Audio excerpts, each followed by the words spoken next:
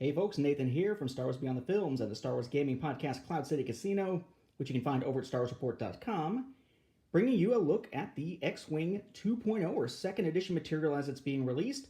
This is the First Order conversion kit. If you have any of the few First Order items that were actually released for the first edition of the game, starting really with that soft relaunch around the time of The Force Awakens, then hey, the First Order is now a brand new faction. You can't mix and mingle it with Galactic Empire anymore. You need a faction unto itself for First Order.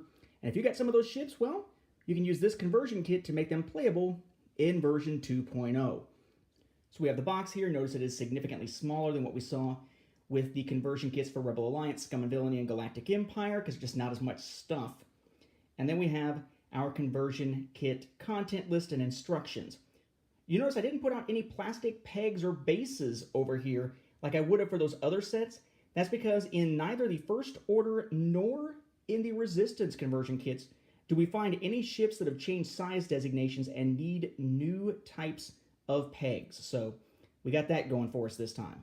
Let's see what else is in the box. All right, let's talk tokens here. What do we get? We get a total of 7 Dial ID tokens, in case you need them for the TIE FO fighters.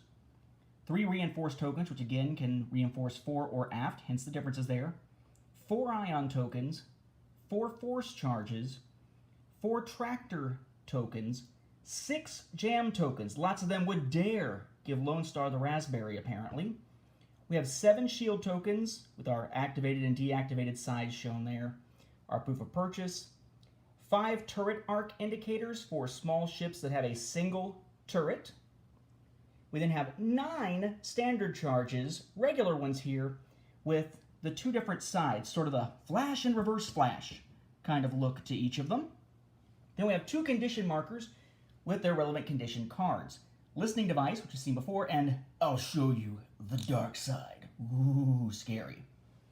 And then, just like what we saw back in the other ones, basically, there's a little tiny extra bag in there with some extra stuff that's not reflected on the regular content list that they kind of shoved in seemingly at the last minute.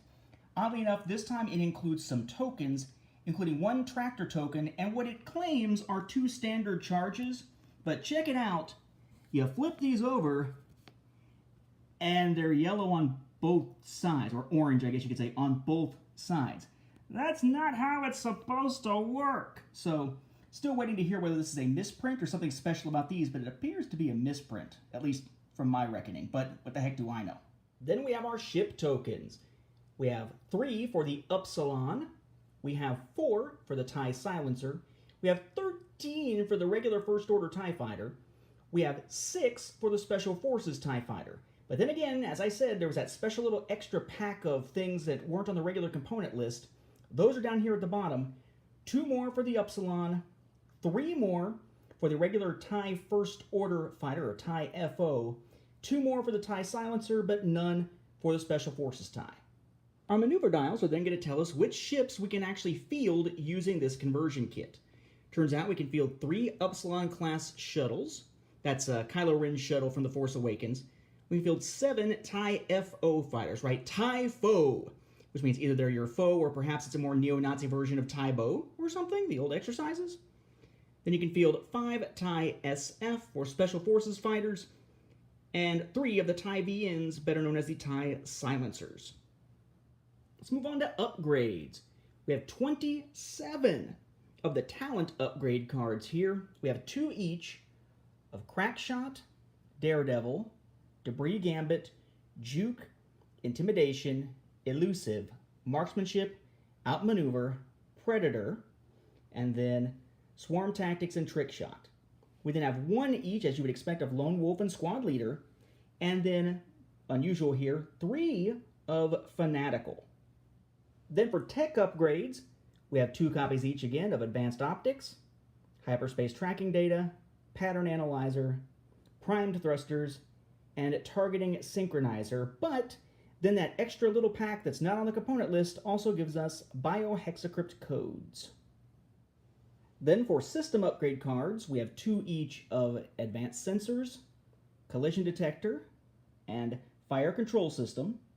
For cannons, 2 each of Heavy Laser Cannon, Ion Cannon, jamming beam, and tractor beam.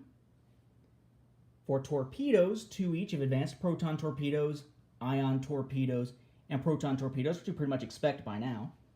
For missiles, 2 each of cluster missiles, concussion missiles, homing missiles, proton rockets, and ion missiles. I should note here also that there are 2 that use the force, those little force charges, which are hate and predictive shot. Both of those are in that little separate pack that's not on the regular content list, but they are in there. Then we have our gunners and our crew. For the gunners, we have 2 of Hotshot Gunner, but we have 4 of Special Forces Gunner, and that's it. For crew, we have some unique characters here. Captain Phasma, General Hux, that's Hux, not Hugs, but you can be forgiven for thinking it was Hugs, I guess.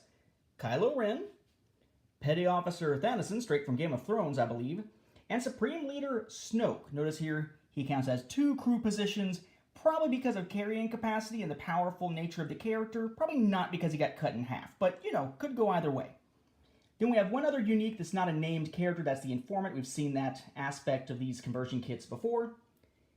And then as far as our generics, we have 2 each of Freelance Slicer, Seasoned Navigator, Perceptive Co-Pilot, G&K Gonk Droid, and Novice Technician.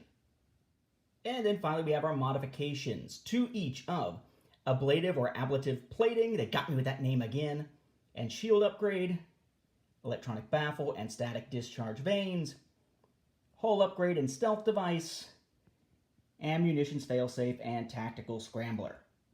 That brings us to what I think of as the good stuff, the pilots, right? The ship cards. We have a ton, an absolute ton for the TIE FO, 26 of them on the regular content list and then 2 extras, so 28. We have Midnight, Scorch, Static, Longshot, Muse, and Null as named unique pilots, 6 copies of Omega Squadron Ace, 7 copies of Zeta Squadron Pilot, 7 copies again of Epsilon Squadron Cadet, and then in that little separate pack, it gives us 2 other unique pilots, Lieutenant Rivas and TN-3465. Oh, nearly missed one for that extra packet. It also includes Commander Malorus. For the Special Forces tie, we have 2 named pilots, Quick Draw and Backdraft, 4 copies of Omega Squadron Expert, and then 5 copies of Zeta Squadron Survivor.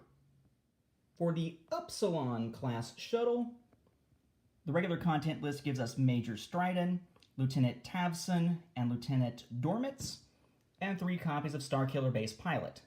The little extra pack gives us Petty Officer Thanason, who we just saw as a crew member, and Captain Cardinal, who I'm assuming is meant to be the red version of Phasma that we see in the Phasma novel, that Cardinal.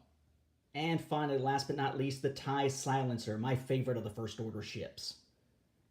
We have Kylo Ren and Blackout as our 2 unique pilots. 3 copies of First Order Test Pilot and 3 copies of Sinar Janus Engineer. Then that little extra package gives us 2 more unique pilots, Avenger and Recoil. So there you have it, folks. The First Order conversion kit for Star Wars X-Wing 2nd Edition. It's really an essential purchase if you plan on playing with the First Order as your faction. It's a $30 conversion kit, but at this point, as far as things released as part of 2.0 or the 2nd Edition, all you've got out there is the TIE FO fighter or the First Order TIE Fighter. So if you want to use any of the other ships, you're going to need this conversion kit. Otherwise, we may be waiting a long time until we see the reissues of some of those other First Order craft. At this point, to make the First Order viable, I think the conversion kit is a must.